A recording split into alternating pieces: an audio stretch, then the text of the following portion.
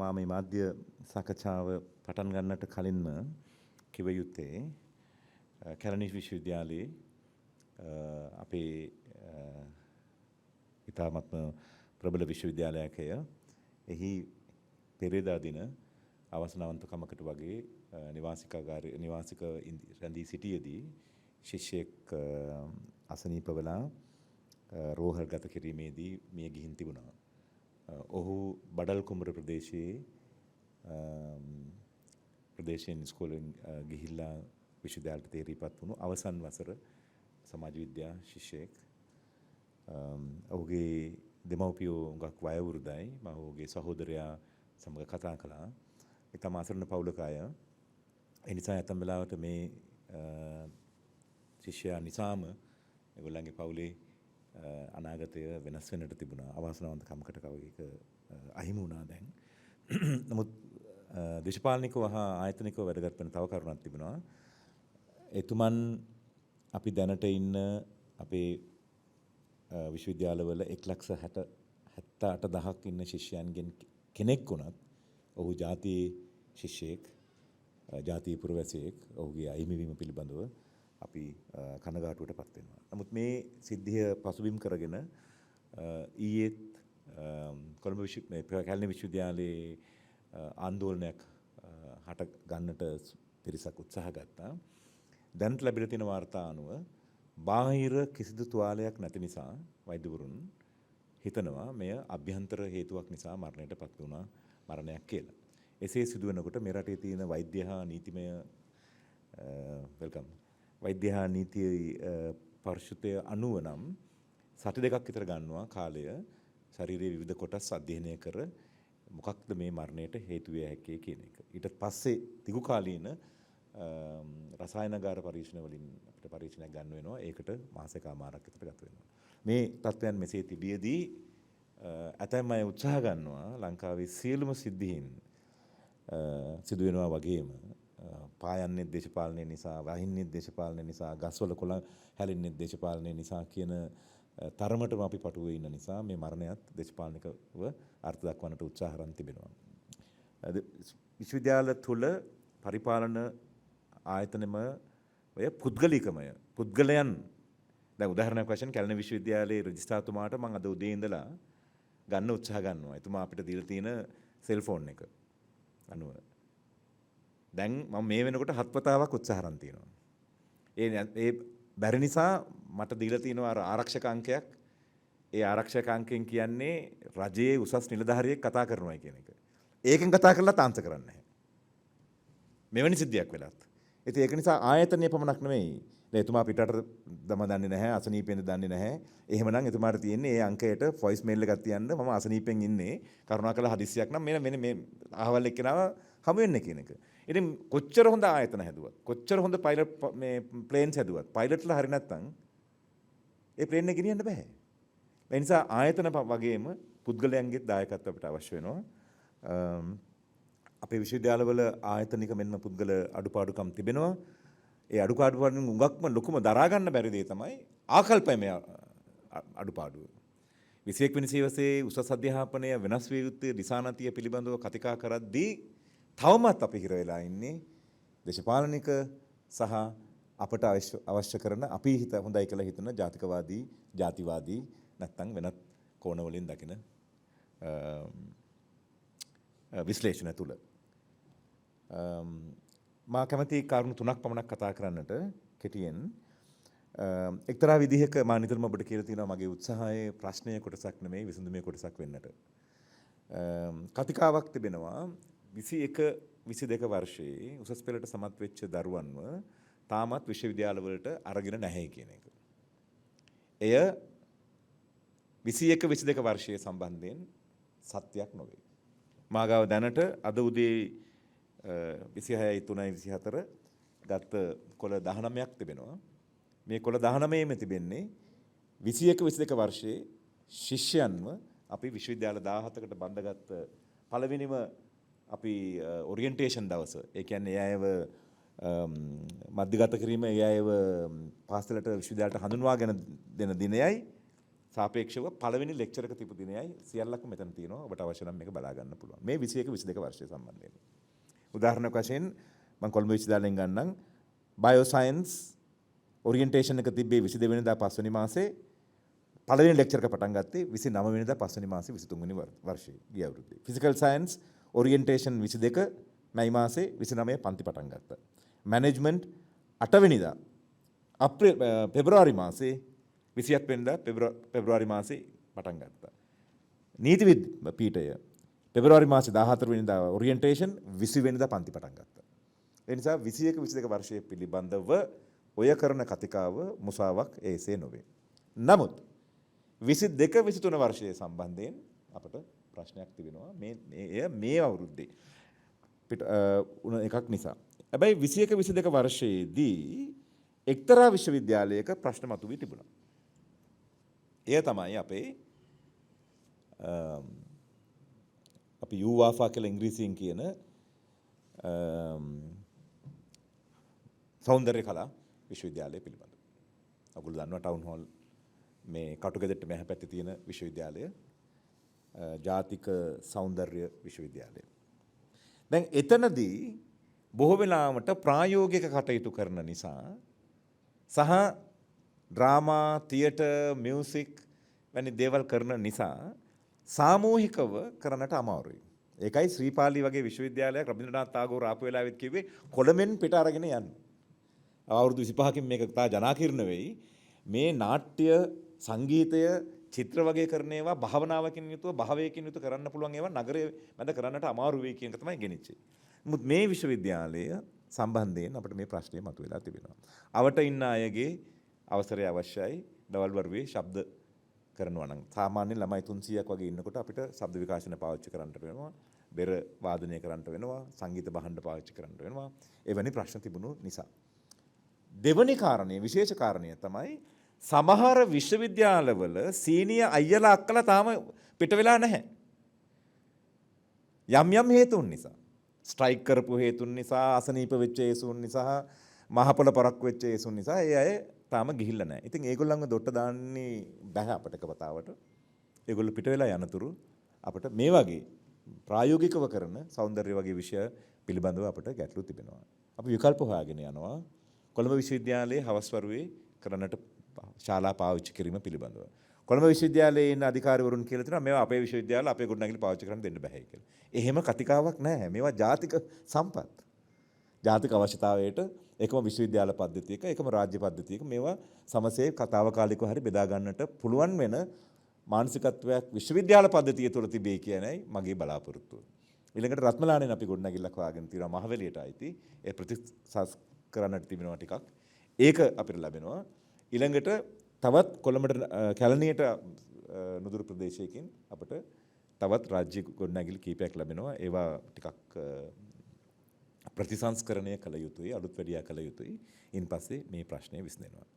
හැබැයි රත්මලානේ තිබෙන ඒ ගොඩනැගිල්ලයි රත්මලාට යාබදව තියෙන තව පාසලක ගොඩනැගිල්ලයි කොළඹ විශ්වවිද්‍යාලයේ හවස් වරුවේ ගොඩනැගිලි වලටත් යන්න බැහැයි කියලා සමහර සිසුන් ලිපි ලියලා තියෙනවා. අපි ආවේ මේ ලලිත කලා විශ්වවිද්‍යාල සෞන්දර්ය විශ්වවිද්‍යාලය ඉගෙන ගන්න මිසක් පාසල් වල ගොඩනැගිලි වල පන්ති වලට යන්න නෙමෙයි කියලා ඒගොල්ලන්ගේ දෙමව්පියෝ ලිව්ව බවට ලිපි ලියලා තියෙනවා අපිට. මේ සමාජ ඛේදවාචකයේ අර්ථය ඔබම ලියන්න. මම නෙමෙයි. මට ඒක අර්ථ දක්වන්න අවශ්‍ය නැහැ. කඩාවැටුණු දේශයක මුළු භූගෝලීය තලයේම අවුරුදු එකමාරක් නැති වුණා කොවිඩ් වසංගතේ. එතකොට UN එකෙන් කියලා තියෙනවා ඒ අවුරුදු දෙකම අන්ප්‍රොඩක්ටිව් අවුරුදු දෙකක් මුකුත් කරගන්න බැරි අවුරුදු දෙකක් කියලා නම් කරන්නයි කියලා. ඒ නිසාම තමයි අපි අපේ PhDs කරන්න පිටට ගිය අය නිවාඩු ගිහින් ඉන්න වෙනත් අයට අපි අවුරුදු දෙකක් එකතු කළා. ඒ අවුරුදු දෙක කරුණා කරලා වැය වුණු අවුරුදු දෙකක් හැට ගන්න කියලා. ඒතර ඒ අවුරුදු දෙකත් අපේ රටේ ඇති වුණු ආර්ථික අර්බුදයත් අරගලයේ සම්බන්ධයෙන් ඇති වුණු සමාජ පිපරීමත් නිසා දල වශයෙන් අවුරුදු 3මාරක් මේ රටේ කාලය අහිමි වුණා අපට. නමුත් අපි ඇඩ්වාන්ස් ලෙවල් නැවැත්තුවේ නැහැ. ඒකෙන් සිදු වුණේ ලංකා චිත්‍රපට සංස්ථාව වගේ පොලිමක් දැන් හැදලා ඉන්නවා. අපිට නම් තියෙන්නේ අවුරුදු දෙකයි 21 22 23 කියන අවුරුදු දෙකයි අපිට තියෙන්නේ. චිත්‍රපට සංස්ථාවේ මම හිතන්නේ දිග පොලිමක් තියෙනවා. මේ දරුවන්ව ඒගොල්ලන්ගේ අනාගතය paludu නොකර පාලු නොකර කරන්න ඕන නිසා අපි ඇඩ්වාන්ස් වල කරලා දැන් ඒගොල්ලන්ව නමුත් විශ්වවිද්‍යාල 17කින් විශ්වවිද්‍යාල 1යි 2යි මේ ප්‍රශ්නේ මතුවී තිබෙන්නේ. මම මේ මොහොතේදී කියන්න ඕනේ එතුමියගේ අවසරය මට නැහැ. මට අවසරයක් අවශ්‍ය වේද කියලා මම දන්නේ නැහැ. අමාරුවන් පතිරණ කියලා මෙනවියක් මේ විශ්වවිද්‍යාලයට සම්බන්ධ මෙනවියක් Facebook වේදිකාව තුල රජයටත් අමාත්‍යන්තයටත් දොස් පවරමින් සිටියා. මම වග කියන ඇමතිවරයෙක් හැටියට බදු ගෙවන මිනිසුන්ගෙන් රුපියල් 64000ක් පඩි ගන්න ඇමතිවරයෙක් හැටියට මම එතුමෙන් ඇහුවා ප්‍රශ්නේ මොකක්ද කියලා. ඇයි මෙතරම් ද්වේෂයෙන් මේ අධ්‍යාපන ක්‍රමය ගැන කතා කරන්නේ කියලා.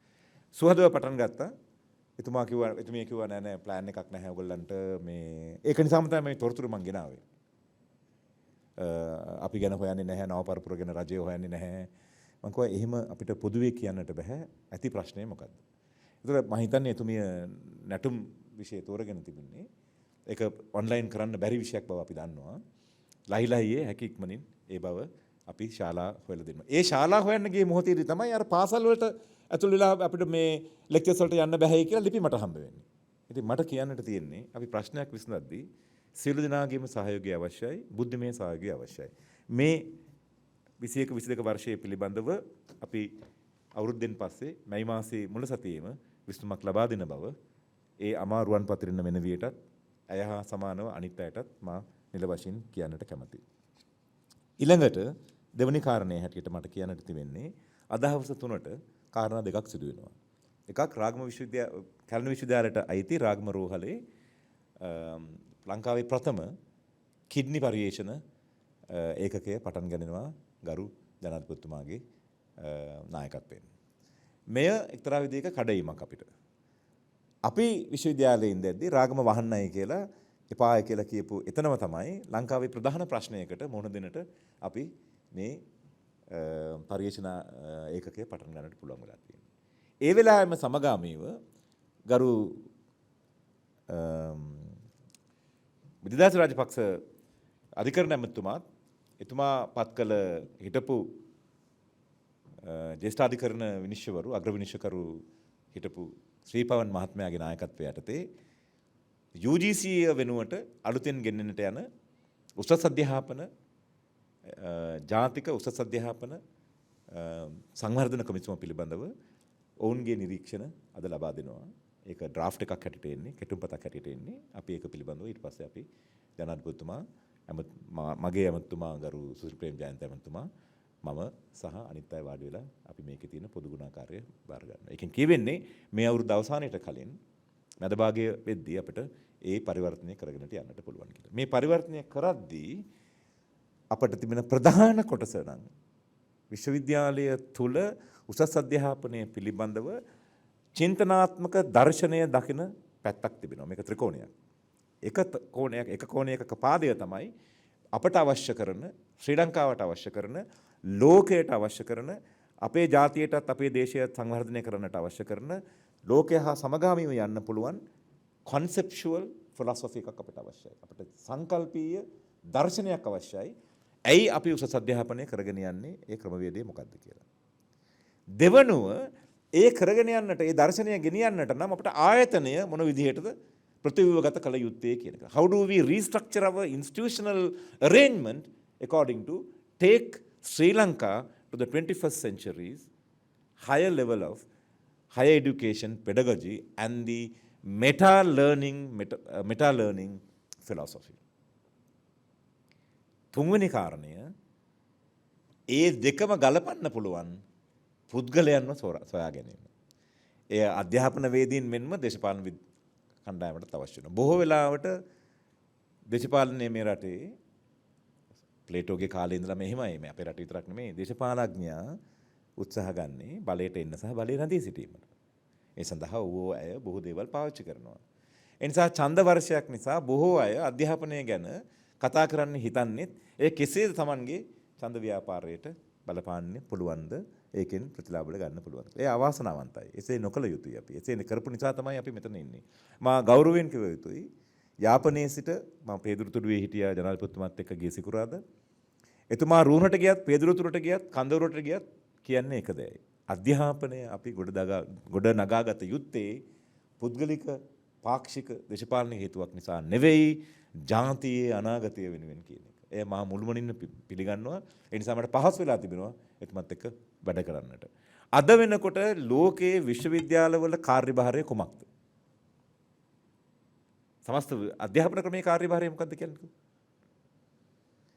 මෙටා ලර්නින් කියලා කියන්නේ අපි දරුවන්ට උගන්වන්න ඕනේ අයන්න අර මේක අපි උගන්වනවා තමයි. අපි ප්‍රාථමික දේවල් උගන්වනවා. විශේෂයෙන් විශ්වවිද්‍යාලවල උගන්වන්න ඕනේ විෂයක් නෙමෙයි. ඒ විෂය ඉගෙන ගන්නේ කෙසේද කියන ඒ ඉගැන්වීමේ ක්‍රමයයි අපි ඉගෙන ගන්න ඕනේ. We need to learn how to learn. Then the Z generation and Alpha generation will learn on their own. Because ඔයගොල්ලෝ දන්නවා මම නොකියවට මම කියන්න අවශ්‍ය නැහැ මේක. ගින්දර හොයාගෙන තියෙන්නේ මිලියන 1.5කට කලින් අවුරුදු දල වශයෙන්. රෝදය හොයාගත්තේ මෙටපොසොමියාවේ මේ ඉරාකය කියන අද රට තියෙන අවුරුදු 7000කට කලින්. අර ගස් කොටයක් කපලා ඉරලා ඒක පෙරලෙ ගිය වෙලාවේ මැද ඒක මේ සිදුරක් සිදු වුණා ඒක නිසා සිදු වුණා කියලා කියන්නේ. ඒක අවුරුදු මිලියන 1.5ක සිට කොච්චර කාලයක් ගියාද රෝදය හොයාගන්න. රෝදය හොයාගෙන සිට 18යි 80 ගණන් වල තමයි අපි රේල්වේ එක හොයාගන්නේ. ඒ ඉස්ලාම එන්ජින් ඉලෙක්ට්‍රිසිටි මෙනේ තිබුණේ රේල්වේ එකනේ. දුම්රියේ අපි ඉස්ලාම තිබුණේ ගල් අඟුරු. ගල් අඟුරු දාලා රත් කරලා මේ රෝද ටික දුවවන්න උත්සාහ ගත්තා. ඊට පස්සේ ඔබතුමා කිව්වා වගේ විදුලිය හොයාගත්තා. ඒත් 800 ගණන් වල. 902 නැත්තම් 3 මට මතක හරියට රයිට් බ්‍රදර්ස් තමයි ඉස්සෙල්ලාම ප්ලේන් එක හොයාගත්තේ. 2015 අනේ අර මට මේක මාධ්‍යට කියන නිසා මගේ ඩයරි එකේ ඉන්න මම බල්ලා කියන්න නැත්තම් මම මේ කියයි උසස් අධ්‍යාපන අමාත්‍යාලයට ඕකවත් දන්නේ නැද්ද කියලා. හරි දින ටික කියමුනේ. ඒ ගැනම කියන්න කියන බලාගෙන ඉන්නවනේ. එතකොට කාර් එක බිහි වෙන්නේ 886 කාල්ස් බෙන්ස් කියන ජර්මන් ජාතිකයාගේ. 903 රයිට් බ්‍රදර්ස් හරි 903 රයිට් බ්‍රදර්ස් ප්ලේන් එක හොයාගන්නවා. 971 පළවෙනි ඊමේල් එක ලෝකේ හඳුන්වා දෙනවා. 989 අපි මේ යුද්ධ කරලා එක මරාගෙන බෙලි කපලා හන්දි ගානේ තියෙන යුගයක 989 පළවෙනි World Wide Web එක launch වෙනවා. Google ආවේ කොයි අවුරුද්දද? Google ආවේ කොයි අවුරුද්දද? ඔයගොල්ලෝ ඔක්කොම පාවිච්චි කරනවා අපිත් පාවිච්චි කරනවා. 1998. දැන් අපේ ජීවිතේ නැතිම බැරි කොටසක් බාටපත් වෙලා මේ. අවුරුදු 26ක් විතරයි. ඒකට වයස. හරි. Google 1998 2004 ලෝකෙට තවත් දෙයක් වුණා. Facebook ආවා. Thank you. 2009 WhatsApp ආවා. 2020 වල deep fake කියන භයානක දේ හඳුන්වා දුන්නා. 2022 වල AI පිළිබඳව අලුත් කතිකාවක් පටන්. AI තිබුණා 50 ගණන් වල ඉඳලා. නමුත් අලුතෙන් මම ඔයගලන්ට කියන්න උත්සාහ ගන්නේ. මිලියන 1.5ක් තිස්සේ මේ පුරවැසියාගේ මිනිසයාගේ ගමන මොනතරම් වේගයකින් දැන් වෙනස් වෙනවද? මේ අවුරුදු 40 තුල 50 තුල කිසි විදිහකින් හොතා ගන්නට බැරි ජීවිතය, සමාජය, දේශපාලනය වෙනස් වී තිබෙනවා. එහෙනම් අධ්‍යාපනය වෙනස් විය යුතු නැද්ද? අපි අවුරුදු 4ක් විශ්වවිද්‍යාලයේ දරුවෙක්ව ඊට කලින් අවුරුදු 12ක් ශිෂ්‍යයෙක්ව පාසලේ තියාගෙන ඉන්න අවුරුදු 16 තුල ලෝකය මොනතරම් ගැඹුරු විදිහට විස්තීර්ණ විදිහට වෙනස් වෙනවාද? අපි එහෙනම් කල යුත්තේ ඒ වෙනස් වීම නවත්තන එකද? අපේ මේ ශිෂ්‍යයාව අර වෙනස් වෙන ලෝකයේත් එක්ක තරඟ කරන්න පුළුවන් කෙනෙක් හැටියට ආම්පන්න සම්පත්පන්න කරන එකද? මේ මම හිතන්නේ අපේ ඉදිරියේ තියෙන පැහැදිලි කතිකාවක්. මේකට පැහැදිලි පිළිතුරක් තියෙනවා. දේශපාලනෙන් තොරව හිතනවනම්. ඒ නිසා මගේ අවශ්‍යතාවය නම් 2023 මේ ගිය අවුරුද්දේ හොයාගෙන තියෙනවා බ්‍රේන් වේව් ඇක්ටිවේට් කරලා ඩ්‍රෝන්ස් යවන්න පුළුවන්. අර රිමෝට් කන්ට්‍රෝල් එක අවශ්‍ය නැහැ. රිමෝට් එක තියෙන්නේ මෙතන ප්ලාස්ටරයක් වගේ. ලංකාවේ මොරටු විශ්වවිද්‍යාලයට ගිය ශිෂ්‍යෙක් පේටන්ට් රයිට් එක හොයනවා. එයා එළියට කියන්නේ නැහැ. මට ඒත් කතා කළා එයා. මං ඉස්සරහා පෙන්නුවා එයා. ඒ බෑන්ඩ් එක දාගත්තම ඔළුවට ඩ්‍රෝන් එක යනවා. මං කිව්වා පොඩ්ඩක් ඉන්න. දැන් මේක යහපත් දෙයක් කියලා මට හිතෙනවා. නමුත් මනුස්ස ශරීරය හා සිතුවිලි ගැන අපි දන්න නිසා මේක අයහපතට පාවිච්චි වෙන්නත් පුළුවන් නේ. කවුරු හරි ඈත ගොඩනැගිල්ලක ඉඳගෙන ඩ්‍රෝන් එකක් එවන්න පුළුවන් එයාගේ සිතුවිල්ලෙන්. ඒක මොකද වෙන්නේ? යහපත් දෙයක් නම් හොඳයි.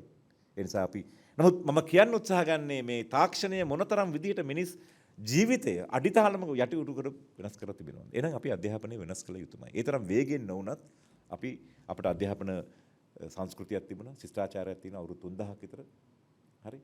අපි තාර්කානිකූලව අධ්‍යාපනය ඉගෙන ගත්ත අය අඹ ගහක් යට මහදවල් කරපු දේශනයක් නිසා තමයි මේ ශිෂ්ටාචාරය අනිත් පැත්තට හැරුණේ. ඊට පස්සේ අගහිඟකම් මැද්දේ බොන්න වතුරවත් නැති කාලයක තමයි අපි ත්‍රිපිටකය ගන්ධාරූඪ කළේ කියලා ඉතිහාසයේ කියවෙනවා. පාසලකට ගිහිල්ලා රටුම් ඉගෙන ගන්න බැහැ කියන කාලය නෙමෙයි ඒ කාලය. ඒ නිසා මේ වෙනස් වන ලෝකයේත් සමග ජය ගන්නට ඕන නම් අභිමානවත් ශ්‍රී ලංකාවක් ගොඩනගන්නට අවශ්‍ය නම් we need to accept the reality of changing world in higher education. මම අතරම කියන්නේ ඕස්ට්‍රේලියාව දිහා බලන්න අවුරුදු 15කට කලින් ඒගොල්ලෝ ගැන අපි දන්නේ ක්‍රිකට් සහ බීචස් ගැන විතරයි. කොන්ටස් එයාර්ලයින් ගැන විතරයි. අද ලෝකයේ 3 වෙනි රට විදේශ ශිෂ්‍යයන් Taman වෙත ඇද ගන්නා ලෝකයේ 3 වෙනි රට මිලියනයක් විදේශ ශිෂ්‍යයන් යනවා ඕස්ට්‍රේලියාවට ඩොලර් බිලියන 45ක් අරගෙන. ඒ ගමන්ම සමගාමීව මම කියන්නම් ඔයගලන්ට එකක්. පළමුවෙනි උපාධිය හොයලා එංගලන්තයට යන රටවල් අතරින් දෙවෙනි රට නෑ දෙවෙනි රට මලේසියාව, තුන්වෙනි රට ලංකාව. පළවෙනි උපාධිය හොයලා යන පිට රට යන අපේ ළමයි අපි එංගලන්තයට පිට රට පටවනවා. හැබැයි ඛේදවාචකය දෙවෙනි උපාධිය හොයලා එංගලන්තයට යවන පළවෙනි රට ලංකාවයි. මොකක්ද අපිට කරන්න කියන්නේ? මම කැමති අනුකුමාර සහෝදරයා මන්ත්‍රීතුමා ඔස්ට්‍රේලියාවේදී කියපු කතාවක්. ඔහු කීවා පැහැදිලිවම රාජ්‍ය නොවන විදේශීය අධ්‍යාපනය ගැන ඔවුන් විශ්වාස කරන බව. ළඟදී ටොරන්ටෝ ගිය වෙලාවේ ඒ කතිකාව තවදුරටත් තීව්‍ර වුණා. මේ ඍජුවම අධ්‍යාපනයට සම්බන්ධ වුණත් ඒ හිටපු කෙනෙක් ඇහුවා 88 89 පිළිබඳව පාපෝච්චාරණයක් නැද්ද ඔයගොල්ලන්ගේ? ඒ ගැන සමාව ඉල්ල ගන්න නැද්ද ඔයගොල්ලෝ කියලා. එතුමා කිව්වේ එතකොට ඒ ගැන කම්පා වෙනවා, කනගාටු වෙනවා. එසේ සිදු වෙන්නට අපට හේතුන් තිබුණා කියලා නැවතුවා. සමාව ඉල්ල ගත්තේ නැහැ. නමුත් මට වැදගත් වුණේ දේශපාලන ඉගෙන ගන්න ශිෂ්‍යයෙක් හැටියට ඔහු කිව්වේ අපිට ඉස්සෙල්ලාම අවශ්‍ය බලයට එන්නයි. අපි ආවට පස්සේ තමයි මේව කරන්නේ, මොකද්ද කරන්නේ කියලා හිතා ගන්න. මා හිතනවා මේ රටේ ජනයා ඉදිරියේ ප්‍රධානම තෝරා ගැනීමේ ශක්තියක් තිබෙනවා. බලයට ආවට පස්සේ වැඩ කරන්නම් කියලා කියන කට්ටියත් මෙන්න මේකයි අපේ මාර්ගසිතියම කියලා කියන කට්ටියත් අතර වෙනසක් තිබෙනවා. ඒ නිසා බුද්ධිමත්ව ජනතාව තේරුම් ගනී කියලා මට හිතෙනවා. උසස් අධ්‍යාපනයේ සම්බන්ධයෙන් නම් බලයට ආවට පස්සේ මම කරන්නම් කියලා කියන කට්ටියත් එක්ක අපිට වැඩ කරන්නටම බැරිය. මම හිතනවා දැන්ම ඒ අය උසස් අධ්‍යාපනයේ පිළිබඳව දරන 21 වෙනි සියවසට දරන මතය සියලු පක්ෂ කිව යුතුයි. මම සුළු ජාතිකයෙක් හැටියට බලාපොරොත්තු වෙන එක දෙයක් තමයි මේ අවුරුද්දේ ඔය ජනාධිපති අපේක්ෂකයන් කී දෙනෙක් ආවත් ඒ අයගෙන් බලාපොරොත්තු වෙන එක දෙයක් තිබෙනවා. මේ රටේ සාමය, සංහිඳියාව, සමගිය හා සංවර්ධනය ගොඩනගන්නට මොන ජනාධිපති අපේක්ෂකවරයාද යන්නේ ඔහු ඇය ජනාධිපති වුණොත් අගමැති හා කතානායක කියන ඒ තනතුරු දෙක දෙමළ හා මුස්ලිම් ජනයා නියෝජන වෙන විදිහේ තෝරා ගැනීමක් මම කරනවා කියන ප්‍රකාශය බය නැතුව කරන්න පුළුවන් අපේක්ෂකයා කවුද මේ මොහොතේදී? එවන් රටක් අපට අවශ්‍ය නැද්ද? අවශ්‍යයි. එවන් රටක් අවශ්‍ය මොහොතක තමයි අපිට පුළුවන් වෙන්නේ ඒ කඩයිමෙන් අපි අතීතය පසු කර වර්තමානයට සහ අනාගතයට මේ දුවදරුවන්ට අනාගතවාදී ශ්‍රී ලංකාවක් ගොඩනගන්න. මම හිතන්නේ නවත්තන්නම්. I'll stop there. I think you have one or two questions. I had to rush as well. No, half an hour given to me. I think I've taken half an hour. I've stopped. So left to you to ask any meaningful questions. If you need this, I can give it to you. They can make some photocopies and give. Maybe I can even give it to you on electronic form if you want. Give the email here. Minister, could you comment on the reforms in the process now, education reforms? Yeah. And also, you have been talking about a lot of private sector investment in education. Yeah. Still, there is resistance, right? Resistance from whom? For instance, last week the doctors were saying that there shouldn't be any private medical college, right? Yeah. So that's one opinion, no? No, that's one opinion, but still that's a key opinion. Yeah. We are willing to sit down and talk to him. Yeah. Excellency and other bodies, key bodies, should tell us how do we gap Now, if a journalist is leaving the country, I can train another journalist, maybe not like you, a senior journalist, maybe at least some kind of journalism I can train maybe 2 years, 3 years. When a senior professor of nephrology leaves the country, how long does it take me to train him to bring somebody to that point? So are we going to wait for another 20 years, allow these citizens to suffer? I have a knee problem. My left knee yesterday was injected. How many orthopedicians are in this country? People are meeting with at least about 20,000 accidents a year, minimum major and minor accidents. All of them need some kind of rehabilitation and orthopedic treatment, right? How many orthopedicians are there? So are we going to leave our citizens at the mercy of few people who decides to leave the country when they wish? No, I don't think a responsible government. So SLMC, I am not a medical person, I am only a junior minister, but I am a citizen of this country. I've traveled the world in my own capacity. Let's sit down and talk. How are we going to do this? Where are the gaps? I respect all the doctors who stay in this country and work towards this nation, for which we have allowed all of them to do private practices, right? Some of them you can't get, a psychiatric appointment you can't get 5 months in this country.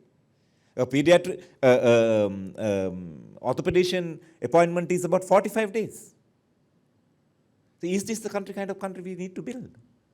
We respect them. They stay in this country. They do their best of services. But this is not one party's problem alone. So we need to produce good doctors. Not only for Sri Lanka, Africa needs doctors, Latin America needs doctors, Middle East needs doctors. And hopefully, if I was told by the British authorities, if Sri Lankan doctors who have gone to England and working there, if we bring them back, the UK medical system will have a problem because so many Sri Lankan doctors are working there. They were able to go there and work because we produced them here. So why can't we produce good doctors? If our country is going through an economic crisis, earlier, about 5 to 6 years ago, even 10 years ago, a medical faculty in a university needed only up to about 4 billion rupees. Therefore, we have, out of our 17 state universities, 12 universities have medical faculties, 12. But how much of money, Sri Lankan rupees, do we need for a full medical faculty now? Do you have an idea? No. Roughly about 25 billion rupees we need for one medical faculty, because one medical faculty has minimum 12 departments, from anatomy to anesthesia, right? Then all the other morgues and all those other conditions have to be kept. Then that is only to create, to run them with senior professors and clinical conditions. We need nearly about 2 billion every year. Do we have that money coming 5 years? I don't see. So the demand is about 2,000. The demand is about 6,000, right? If you ask the advanced level bio class students who wants to be doctors, their desire, they have a right to be a doctor. It is because only the limitation is stopping them, right? And then they go abroad, even to Nepal, and then come back, and we take them. Isn't that some kind of a logical error there? So all what we are saying is, my appeal to SLMC is, can you lead? You set up your standards. You be on the governing board. You tell what to be done. Will you allow? Simple as that. SLMC is the national body, not GMO. GMO is a union. No? SLMC, other medical councils, even all the heads of other state faculties. That's what we do to private. When we give a degree in a private university, that degree being approved by our professors in state universities first. We just don't approve. They apply to us and we send about 9 months rigorous change. Do you have this? Do you have this? Do you have this? Once these state professors approve only, we say, okay, we are allowing you to teach sociology at NSBM. The same way, NSBM can set the standards. Rather, SLMC can set the standards. Whatever the standards, UK standard, Australian standard, American standard, let them give us a standard. Let them be on the governing board. But we need doctors. We need produced doctors. Because India's age population, 60% of Indian population is below 45 of age. Asia are going to have longevity of life and very old population coming 25 to 30 years. Medical sector going to have lot of demands, and that is why even we are thinking about using AI. Other countries are using AI in order to do surgeries now. No? AI knowledge and knowledge sharing, even X-ray reading is done on the basis of a software now. So I don't think, simply because they haven't, I don't know, I haven't heard, sorry for me, I haven't heard a logical argument against this. But right now, as it is, NSBM has been given one license that they will upgrade Horana University as a teaching hospital. That is their investment, stage by stage, because they are not going to be infringing into the existing system and facilities. You know, I was the governor of the Northern Province in 2019. Delft is a beautiful island, but we have only one doctor visiting once a month to that island. How will the tourists go there? I went on Friday, Point Pedro. Point Pedro, we opened an accident ward with a 4 billion rupee investment from the Dutch government. I thank the Dutch government for that. It's a soft loan. There we need 55 doctors. How many are there? 12. There we need 85 nurses. How many are there? Just 22. So come on, get the numbers and decide. Is it a market issue that they're talking about? Somebody comes out and then they take off their market. If in that case, you should say no new journalism. No new journalist should write, right? But today, your industry is the most vulnerable industry. Everybody is a journalist. Everybody on the Facebook is a writer. Everybody is on the Twitter is a philosopher. But you are not saying, අලුත් මාධ්‍යවේදීන්ව ගේන්න එපා මේ රට. අලුත් මාධ්‍යවේදීන් ගෙනවත් අපි ලියන්නේ නැහැ කියලා ඔයගොල්ලෝ කියනවද? නෑ. මම හිතන්නේ මේ ප්‍රජාතන්ත්‍රවාදයේ මීට වඩා ප්‍රතුලව හා ගැඹුරුව තේරුම් ගන්න ඕනේ කියලා මට හිතෙනවා. I think I'll stop there because I'm sure tomorrow they'll start attacking me. But what about the education reforms?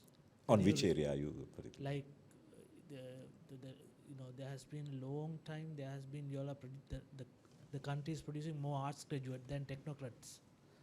So that I think I explained roughly in this discussion also, and I have repeatedly said we have 985 degrees offering in the state sector universities, 17 universities, out of which 300 plus are what we call fine arts, humanities and social sciences, 1/3. It is because out of the 10,341 roughly schools, 3,000 offers are 3,000 offers advanced level, out of which 2,200 are only offering art. So what we are producing is art stream advanced levels. Then they become art stream degree holders. So that is what we have to do a huge investment in our primary and secondary education, where we have to teach laboratories. It's again a catch-22 situation, because science degree holders who pass out do not want to become teachers in government schools, simply because a bio teacher whose salary is maybe about 110,000, are you mad to go and teach in 110,000 in Mullathievu bio when you can sit home and earn 600,000 monthly as a tuition master? And that's the least. There are people who earn 6 million a month, particularly biophysics and those most demanding subjects. So there is a chronic situation.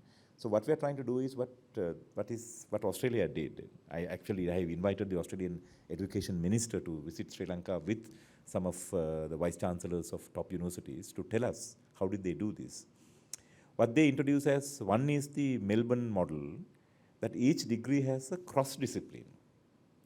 A student who is doing music also learns about sound engineering, also learns about international web marketing, how to market his or her music into the world. So those are minor subjects that have been taught, while the music is the major subject. I just talked to Vice Chancellor Netsing of WAFA and asked how we could do this.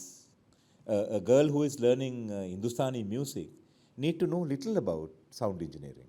She needs to know why not one of our Janagi tunes become the first 30-second opening to the next global Coca-Cola advertisement jingle. How can we take that to that level? Can. Rahman took that. A.R. Rahman took that. He took the Indian music to the global world. Why can't we take our Janakavi, our Palkavi, our Parukavi? But then we need to know which way to travel.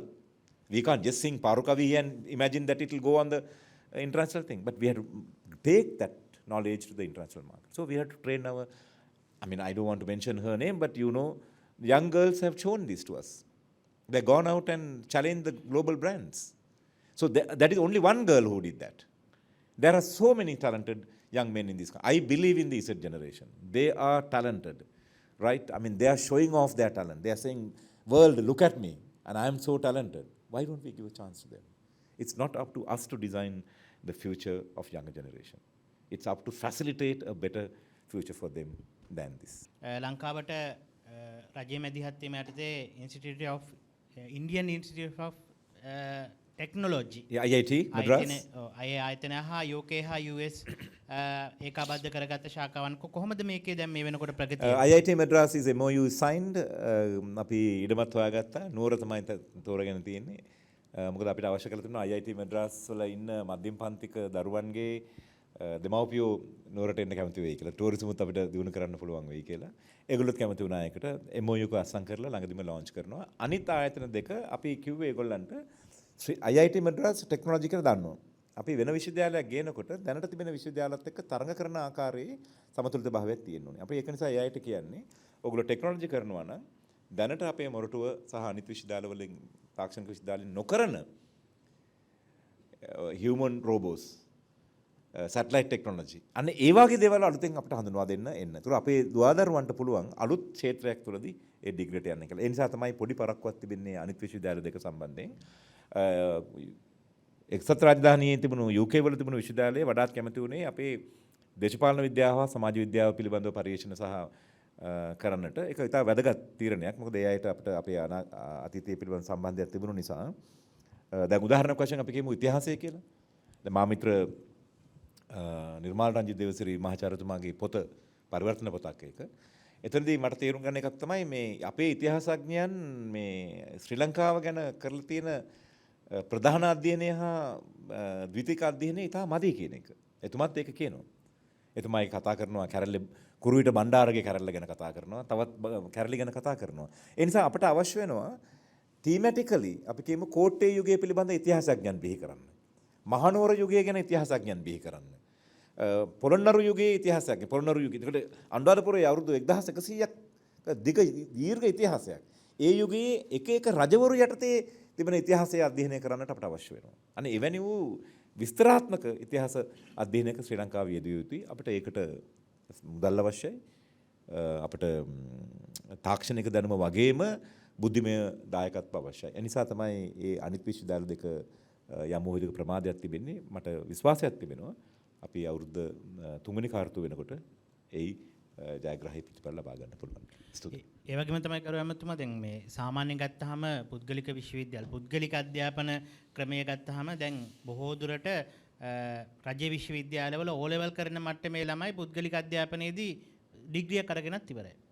දැන් මේක ඇත්තටම බරපතල තත්ත්වයක්. වයස අනුවද ඔබතුමා කියන්නේ? වයස අනුව. ඒ කියන්නේ බරපතල තත්ත්වයන් කියලා කියන්නේ වෙන ක්ෂේත්‍රයක් ඉතාසි වේගයෙන් ඉස්සරහට යන ගමන් රාජ්‍ය අධ්‍යාපනයේ තාමත් තිබිගමනෙන් පරණ ක්‍රමයට දුවනවා. මේක වෙනස් කරන්න ඒ කියන්නේ මේ විරෝධතා කියන එක වෙන කතාවක්. මම කියන්නේ රජයට වැඩපිළිවෙලක් තියෙනවද මේක වෙනස් කරන්න? මේක හේතුව කලින් තිබුණු ජීව විද්‍යාත්මක තොරතුරු අනුව බුද්ධිය වර්ධනය පිළිබඳව අපට කාලයක් තිබුණා. එතකොට කිව්වා මේ පළවෙනි අවුරුදු 6 දී බුද්ධිය වර්ධනය වෙන එක විදිහකට 6 සිට 12 දක්වා වර්ධනය වෙන එක විදිහකට 12 සිට 18 දක්වා තර්කානුකූල මේ අපි කියමු මේ දාර්ශනිකමය ප්‍රශ්න ගැන කතා කරන්නට බලමු බුද්ධිය වර්ධනය වෙනවායි කියලා. මොකද මේ බුද්ධි වර්ධනය පිළිබඳව ඒ අත්දැකීම දැන් වෙනස් වී තිබෙනවා. තාක්ෂණය නිසා ලෝකය ගෝලීකරණයෙන් ගම්මානයක් කරන නිසා ඔබේ බුද්ධියත් මගේ බුද්ධියත් බෙදා ගන්නට පුළුවන් අවකාශ බහුල වුණ නිසා සාමාන්‍යයෙන් අපේ කාලයේදී අපේ ළමා කාලේදී අවුරුදු 14ක දරුවෙකුට වඩා අද අවුරුදු 14 දරුවෙක් ලෝකය ගැන ඉදිරියෙන් ඉන්නවා. ඒ නිසා ඔහුට ඇයට ඒ දරුවාට දරා ගන්නට පුළුවන් වෙන අධ්‍යාපන දැනුමක් ලබා දෙන්නට පුළුවන් අපිට දැන්.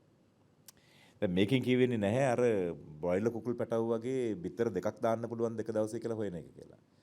නමුත් මිනිස් ශිෂ්ටාචාරය තුළ මේ මොහොතේදී සිදුවෙන ප්‍රවේගය එය වාමාංශිකයන් කියන්න පුළුවන් මේ ධනවාදී තල්ලුවක් නිසා මේක සිදු වෙනවායි කියලා. මේක වෙනම දවසක කතා කළ යුතු දෙයක්. නමුත් අපේ දරුවන්ට ඒ අවස්ථාවේ අහිමි කරන්නේ ඇයි අපි කියන එක. ශ්‍රී ලංකාව ඔබ දන්නවා තාමත් සංස්කෘතික රාජ්‍යයක්. අපි ආච්චිත් එක්ක ඉන්නේ අම්මා හදන කෑම එක කන්නේ අපි අවුරුදු 16 දරුවෙක් පවා අම්මා ඉස්කෝලේ යන්න ඉස්සෙල්ලා කොණ්ඩේ පීරෙනවා. පළවෙනි බත් කට කවලා යවන්නේ. ඒ සියලු સંદર્ભවල තියාගෙන අපි තාම අගය කරන ඒ අගයන් නිසාම අපි අනාගතය අතහැරිය යුතුද? නැහැ. මම හිතනවා ඒ අනුත් අපේ සංස්කෘතික අගයන් තියෙන නිසා අපට ශක්තියක් තිබෙනවා අලුත් ලෝකය අල්ලගන්න අනිත් අතේ. අන්න ඒ නිසා තමයි ගරු අධ්‍යාපන ඇමතිතුමා ආචාර්ය සුසිල් ප්‍රේමජයන්ත ඇමතිතුමා ඉදිරිපත් කර තිබෙනවා පස්වෙනි ශිෂ්‍යත්වය පිළිබඳව හා අපොස සාමාන්‍ය පෙළ පිළිබඳ විභාග පිළිබඳව අපි ජාතික කතිකාවක් කරන්න ඕනේ. නෝර්වේ රටේ සහ මලේසියාවේ නවසීලන්තේ වගේ මුදා සාර්ථකව කරපු රටවල් දිහා බලලා අපට වඩාත් සුදුසු ක්‍රමවේදයක් හොයාගන්නට පුළුවන්ද කියලා. ඒ කියන්නේ දරුවන්ව අපි විභාග පවත්වන්නේ නොහැකියාව හොයාගන්න නෙමෙයි. විභාග පවත්වන්නේ හැකියාව දියුණු කරන්නට කියන පැරඩයිම් shift එකක්. සුසුමාදර්ශවල වෙනසක් ඇති කරන්නට අවශ්‍යයි කියන එක. මා හිතනවා ඒක වැදගත්. මා කැනඩාවේ හිටපු කාලේදීත් මගේ දරුවන් ඉගෙන ගන්න කාලෙත් මට තිබුණේ 8 වෙනි ශ්‍රේණිය සහ 10 වෙනි ශ්‍රේණිය ඉතාමත්ම වැදගත් කියලා ඒගොල්ලෝ හිතුවා. ඒගොල්ලෝ අපිත් එක්ක දරුවන් එක්ක සාකච්ඡා කරනවා. ඒතවල ඒගොල්ලෝ අරගෙන තිබුණු ලකුණු මොනවද? මොනවද දක්ෂ වුණේ? මොනවද කැමති කියලා විරලා ඔහු ඇයගේ දිසානතිය මෙහෙවන්නට උත්සාහ ගත්ත ක්‍රමයක් එහෙ තිබුණේ. මම හිතන්නේ ක්‍රමේ එනවා. පෞද්ගලික අවුරුදු තුනදී අපිට පරිවර්තන කරන්නට කාලය තිබුණේ නැහැ. අපි කලේ මොකද්ද එක්සිස්ටෙන්ෂනල් පැවැත්ම පිළිබඳ ප්‍රශ්න තිබුණා මිසක් පරිවර්තන පිළිබඳ අපිට ප්‍රශ්න අපිට අවකාශයක් තිබුණේ නැහැ. මේ අවුරුද්ද අපි ප්‍රවේශමෙන් එක ඉදිරිපත් කරනවා. මා කැමතියි කියන්නට අපේ අධ්‍යාපන ප්‍රතිපත්තිය ජනාධිපතිතුමා ප්‍රකාශ කරනවා. එය මැතිවරණ ප්‍රකාශයක් හැටියට නෙමෙයි ජාතික අධ්‍යාපන ප්‍රතිපත්තියක් හැටියට අපි ප්‍රකාශ කරන්න නියමිතයි. මම හිතන්නේ ඒක තුල මේ සංගතක අපි සාකච්ඡා කර තිබෙනවා. එමෙතුමා දැන් ඔබතුමා සඳහන් කරා මේ අධ්‍යාපනයේ තුනස්කම් සිදුවිය යුතුයි කියලා. ඇත්ත ඒක අපිත් පිළිගන්නක වෙන්න ඕන කියලා. දැන් අධ්‍යාපන ප්‍රතිපත්ති රාමුව තුල විශ්වවිද්‍යාල ප්‍රතිපාදන කමිෂන් සභාවයි අධ්‍යාපන කමිෂන් සභාවයි අහෝසි කරන්න පුළුවන්ද? අහෝසි කරනට වඩා ඒවායේ අහෝසි වෙනවා. මොකද මේ දෙකම 52කින් බිහි කරපු දේවල් අවුරුදු 45කට කලින් විශ්වවිද්‍යාල ප්‍රතිපාදන කමිෂන් සභාව 78 අංක 16 පනත යටතේ ඇති කරද්දී ලෝකය වෙනස්ය. බර්ලින් තාප්පය කඩා වැටී නැත. මම අර කලින් කිව්වා වගේ Google තිබුණේ නැත. Facebook තිබුණේ නැත. මේකෙන් කියවෙන්නේ මොකද්ද? අපි ඒ තියරි එක හැදුවේ, ඒ ෆ්‍රේම්වර්ක් එක හැදුවේ ඒ කාලෙට හරියන්න. එහෙනම් අපේ ශරීරය වගේම බුද්ධ ධර්ම ඇත්තනම් වෙනස් නොවන කිසි දෙයක් නැහැ. ඒක UGC එකේ සම්බන්ධ මිතුරන් UGC එකේ ඇතම් නිලධාරීන් බය වෙලා ඉන්නවා ඒගොල්ලන්ගේ ජොබ් නැති වෙයි කියලා. එහෙම කතාවක් නැහැ. ඉතින් ඕකමනේ උනේ. අපේ රටේ ටැක්සිය හඳුන්වා දුන්න වෙලාවේ බර කරත්ත හිටපු අය ඔබතුමා දන්නවා ඉතිහාසය. බර කරත්ත හිටපු අය කරත්ත විරෝධයක් ගෙනාවා. ඉතින් ඒකෙන් අපිට කාර් ගේන එක නවත්තන්න පුළුවන්ද? අපි එදා තීරණය ගත්තා නම් හරි අපි කාර් ගෙන්නන්නේ නැහැ. පැත්තකින් තියමු අපි බර කරත්තේම යමු කියලා තීරණය ගත්තා නම් අපි ඉතිහාසයේ මොනතරම් විකාර රූපී චිත්‍රයක් බවට මත් වෙන්නේ නැද්ද? ඒ නිසා UGC එකේ ඉන්න නිලධාරීන්ට උසස් නිලධාරීන්ට අනිත් අයට UGC මිතුරන්ට මම කියන්න තියෙන්නේ බුද්ධිමත් වන ඔබ අනාගතයට ඇයි බියගන්නේ? ලෝකයට සමාජයට මේ රටේ දුරදරුවන්ට බහුතරයක් ගොවියන් වෙන ගැමි දෙමව්පියන්ට ශක්තිය දිව යුත්තේ ඔබේ බුද්ධියෙන්. ඒ අපි කරමු. අපට අවශ්‍ය කරලා තියෙන්නේ මේ විශ්වවිද්‍යාලය මගේය, මේ UGC එක මගේය, මේ අමාත්‍යාංශය මගේය කියලා පපුවට අත ගහගෙන හැම තියාගන්නක නෙවෙයිනේ. ඒ ජන විරෝධී චින්තනයක් එතකොට ඒක වෙන්නේ. අපේ යුතුයකම විය යුත්තේ අපේ බුද්ධිය ශරීරය කාලය පාවිච්චි කරලා තව අවුරුදු 25කින් විය හැකි කුමක්ද කියන එක පිළිබඳව අපි තීරණය අරගෙන සාමූහිකව ඒ තීරණ වලට එළඹෙන එක. ප්‍රශ්න තිබෙනවා නම් අපි කතා කරමු. අනිවාර්යයෙන්ම වෙනස් වන ලෝකයක කිසි දෙයක් ඒකාකාරීව පැවතිය නොයුතුයි. UGC NEC එක වගේ ආයතන අපි ඊට වඩා උසස් තලයකට ගේන්න නියමිතය ජාත්‍යන්තර තලයන් අතර. එහි දක්ෂ විදිහට වැඩ කරපු නිලධාරීන් අනිවාර්යයෙන් මේ කොටසක් වෙනවා. ඒට බාධා කරමින් හිටපු අය අනිවාර්යයෙන්ම එතනින් ඉවත් විය යුතුයි. ඒකයි අපේ මතය. ඔබ මම පළවෙනි වතාවට හමු වෙන්නේ. ඔබ මොන ආයතනයේද? අරුණ. ඇමතුමා මේ කැලණිය විශ්වවිද්‍යාලයේ සිසුවෙක් නැති වෙච්ච එක දැන් එතන කියන්නේ ශිෂ්‍යයා රෝහලට ගෙනියන්න ප්‍රමාද වුණා වාහනේ. කවුද එතන කිව්වේ ඔබතුමා? ඒක මාධ්‍ය හරහා යන්නෙත් ඒ විදිහනේ. අන්න ඔබතුමා ප්‍රශ්නේම පිළිතුර තියෙනවා. හැබැයි මේ සිද්ධිය ඔබතුමා දකින්නේ කොහොමද මේ? ඒ කියන්නේ මෙහෙම ප්‍රමාදයන් වෙන්න පුළුවන්ද වාහනයක් ඉල්ලපුවාම ඒක ලැබුණ එක ප්‍රමාදයක් තියෙනවා නම් කියන මේක ගැන විමර්ශනයක් කරනවද කොහොමද? පැහැදිලිවම. මම කියන්නේ ලංකාවේ අපි ඒක පළවෙනිම මම කනගාටුව ප්‍රකාශ කළා, මගේ ශෝකය ප්‍රකාශ කළා. මුත් ඔබතුමා ප්‍රශ්නේ නගපු නිසා මම කියන්නේ ලංකාවේ දැනට අපි අවුරුදු 29ක් යුද්ධ කරපු රටක්, ඊළඟට කොවිඩ් වසංගතයට අහු වුණ රටක්. සුවසරිය පිළිබඳ මට විශ්වාසයක් තියෙනවා. ශ්‍රී ලංකාවේ අපි මම උතුරු කලේ ඉඳද්දි ඔය GMO එක SLMC එක සුවසරයට ඇතුළට එන්න එපා කියලා නීතිය දාලා තිබුණා. තාමත් ඒ නීතිය තියෙනවා ඒගොල්ලන්ගේ අතේ. අපි හැම පොලිසියක් ළඟම සුවසරියක් නවත්තලා තියෙනවා. සුවසරියේ ඇප් එකෙන් කෝල් එක එන එක්කෙනාගේ සිට ආසන්නම සුවසරිය කොතනද කියලා හොයාගන්න පුළුවන්.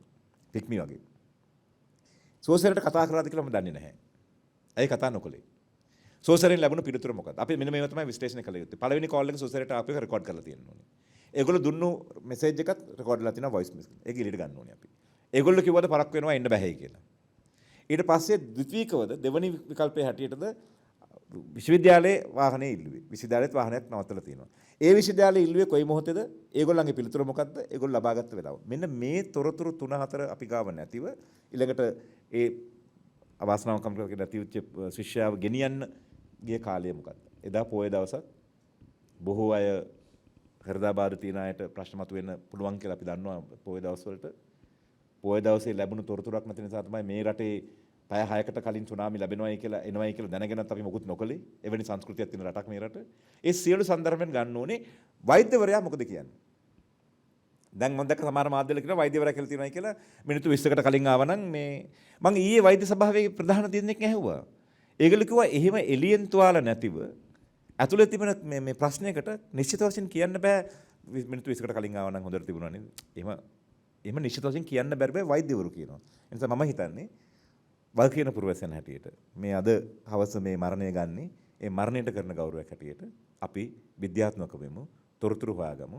තොරතුරු සොයාගෙන කවුරු හරි මේ මරණයට වල් කියන්න ඕනේ. මේක ප්‍රමාදයක් තිබෙනා ඕනකමෙන් ප්‍රමාද කළාද, නොසලකීමෙන් ප්‍රමාද වුණාද, ඒ අයට විරුද්ධව අපි නිසි පියවර ගන්නටත් ඒ දෙමාපියන්ගෙන් ඒ අය වෙතින් ඒ දෙමාපියන්ට සමාව ඉල්ල ගන්නත් අපි ලෑස්තියි. ඒ වගේම එමතුමා දැන් අස්වැසුම වගේ ප්‍රතිලාභ මූල්‍ය තත්ත්වය වැඩි කරලා තියෙනවනේ ගෙවන මුදල. මේ මහපොළ මගේ නම් විෂය නෙවෙයි. ඒක මහපොළ මගේ විෂය. මහපොළත් මගේ විෂය නෙමෙයි. ඒ වගේ මහපොළත් වැඩිවීමක් සිද්ධ වෙයිද? මොකද මහපොළ පිළිබඳව ඔබතුමා ලියන්න. අරුණ පත්‍ර මම දන්නවා. ඔයගොල්ලන්ගේ පුවත්පත මම එක්තරා විදිහට ගෞරව කරන්නේ. ඔයගොල්ලෝ එක විෂයක් පිළිබඳව දෙකටම ලියනවා. මම දන්නේ කොහොමද යාපනයේ වතුර ප්‍රශ්නය පිළිබඳව ඔබතුමාලාගේ පත්‍රය දිගින් දිගටම ලිව්වා මම හිතන්නේ සති 4ක් විතර. ඒක වැදගත්. මොකද කතිකා නිකන් ඔය බ්‍රේකින් නිවුස් වගේ දාලා ඉවරලා අයින් කරන්නේ නැතුව. ඒ නිසා මහපොළ ගැන ලියන්න. මහපොළ ඉතිහාසය ගැන ලියන්න. එය ක්‍රූර විදිහට අවභාවිතා වුණේ කොහොමද කියලා හිතන්න. එහි වගකීම බාර ගන්න බැරුව මේ මොහොතේදී ගරු බන්දුල ගුණවර්ධන ඇමතුමා අධ්‍යාපන කාලයේ හින්නෙද්දිත් එවකට හිටපු අග්‍රවිනිශ්චකාරයාට බාර වෙන්න කිව්වා ඒ බාරාකාර මුදලේ සහ මේ මහපොළ අරමුදලේ. එතන පතුරු ප්‍රශ්න මොනවද? දැනට මේක තිබෙන්නේ නාවික හා වෙළඳ අමාත්‍යාංශයේ. ඉතර නාවික හා වෙළඳනේ දැන් තියෙන වෙළඳ අමාත්‍යාංශයේ යටතේ. වෙළඳ අමාත්‍යාංශයේ යටතේ නිලධාරීන්ගේ මතය මොකද්ද? මා ඔබ ඇසු ප්‍රශ්නයට කෙටි පිළිතුරක් දෙන්න නම් මහපොළ වැඩි කළ යුතුයමය. එහි කිසිදු විවාදයක් නැත. නමුත් ප්‍රශ්නේ මතුවෙන්නේ කෙසේද අපි වැඩි කරගන්නේ? අපි ඒක ලොතරැයිකින් හොයනවද? අපි වෙන විදිහකින් හොයනවද? ලංකාවේ මා නිතරම කියපු දෙයක් තමයි ලෝකේ හොඳම විශ්වවිද්‍යාල තියෙන රටවල් හැටියට අපි කියන ඇමරිකාව එංගලන්තයනේ. ඒකිනුත් හොඳ විශ්වවිද්‍යාල හොයලා බලපුවාම ඔක්ස්ෆර්ඩ්, කේම්බ්‍රිජ්, හාවර්ඩ්, MIT, පෙන්සිල්වේනියා වගේ විශ්වවිද්‍යාල තියෙන්නේ. හරි?